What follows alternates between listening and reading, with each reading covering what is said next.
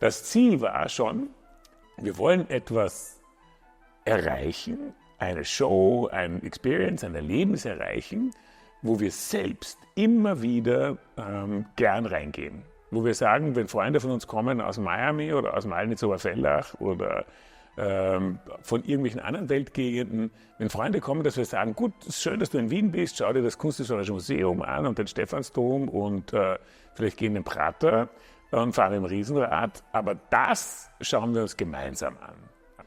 Der Initiator des Projekts ist der Eigentümer dieses Hauses, Diplom-Kaufmann Hans Schmidt. An diesem Ort, genau wo wir jetzt sind, ist Mozart gestorben. Das ist das Besondere an diesem magischen Ort. Hier stand das kleine Kaiserhaus, jenes Haus, in dem Mozart sein letztes Lebensjahr verbracht hat, in dem er die Zauberflöte komponiert hat, das Requiem begonnen und viele andere wichtige Werke geschrieben hat. Wir haben hier eine Fläche von 1500 Quadratmetern, die bespielt wird. Eine Pre-Experience-Zone ohne, wo man kein Ticket braucht. Und dann eben 5 Räume, in denen Mozart in 5 unterschiedlichen künstlerischen Interpretationen gezeigt wird. Mozart ist natürlich ein Genie und mit ihm da arbeiten zu dürfen, ist wunderschön, ist mir oft beim Träumen erschienen und ich habe das Gefühl, es macht ihm Spaß und ich habe versprochen, ich bin klassisch ausgebildet, dass ich sehr respektvoll mache, aber ich möchte auch schauen, dass ich die jungen Leute fasziniere und wir haben lustigerweise die neue Generation, die Justin Bieber Generation genannt und versuchten auch die einzufangen, weil die richtigen Klassiker lieben Mozart und verehren Mozart.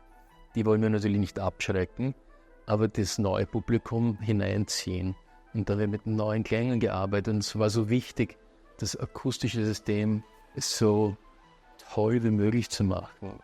Ich weiß gar nicht, wie viele Lautsprecher es gibt. Ihr wisst das besser als ich. Über 200, glaube ich, sind da drinnen verbaut. Und es sind über 200 Kanal-Audio.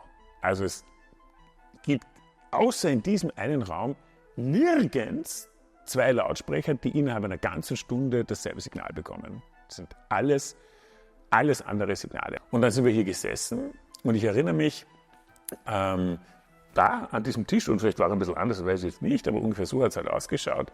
Und wir setzen uns hierher und fangen an, ein bisschen zu reden. Und da hat es geheißen, ja, und es gibt also diese aktive Akustik, die zeigen wir euch jetzt. Ja. Und ich habe dann zu einem der PKE-Kollegen, ich glaube, das war der Alex Hauschka, ich weiß auch nicht mehr, wer das war, dann gesagt, schalt's doch mal aus.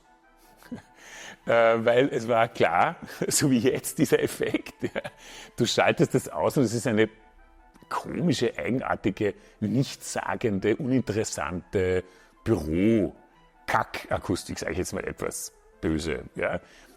Und dann hat Alex gesagt, okay, jetzt schalte ich es wieder ein. Und zack, waren wir wieder in einem angenehmen Wohlfühlraum, wo man nicht den Eindruck hat, man muss jetzt irrsinnig laut reden oder sich anstrengen, sondern wo man sofort unterstützt wird.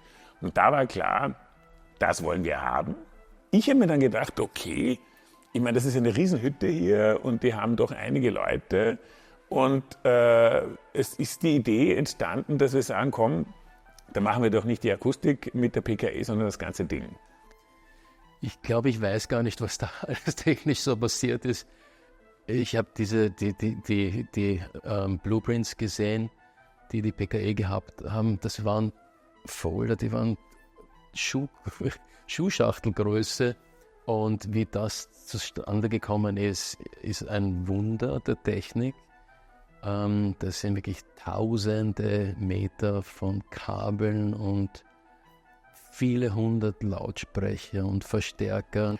Es ist technisch herausfordernd, weil es waren über 250 Lautsprecher, die verbaut wurden, etwa 40 Projektoren.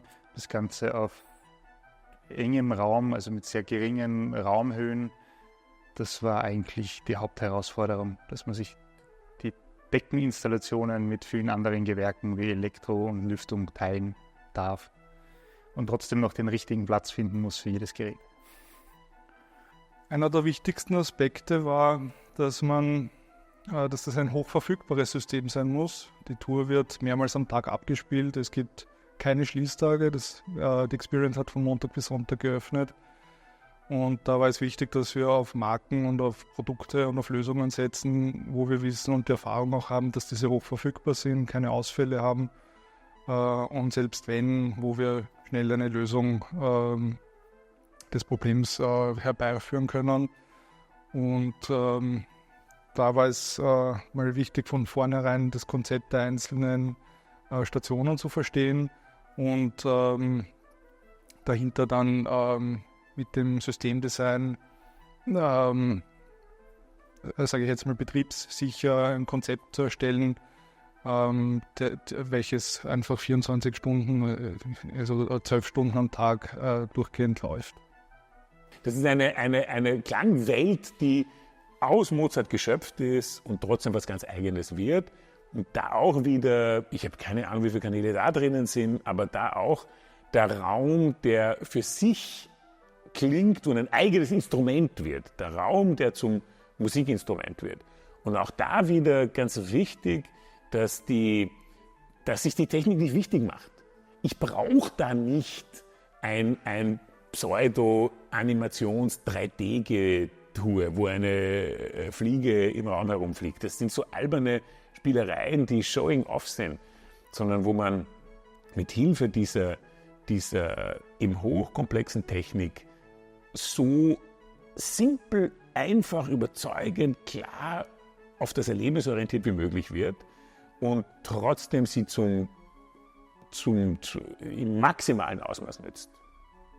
Ich habe mehrere Lieblingsräume und ein besonders schöner ist natürlich der erste, der Kerzenraum mit dem Requiem, gefilmt im Stephansdom mit Szenen aus dem Amadeus-Film von Milos Forman oder der letzte Raum, Mozart Forever, ein großartiger Raum, der eben von Rafik Anadol gestaltet ist.